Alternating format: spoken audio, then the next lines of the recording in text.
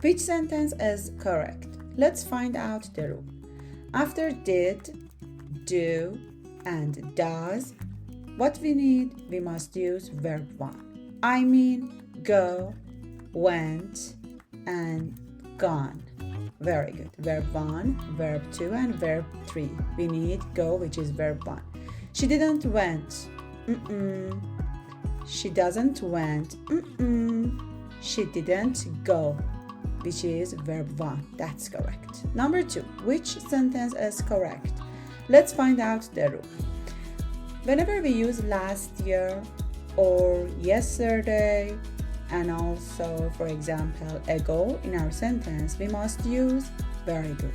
Simple, very good. Simple past verb. Nice and easy. So, I have visited Paris last year. Have visited? No. It's present perfect. That's wrong.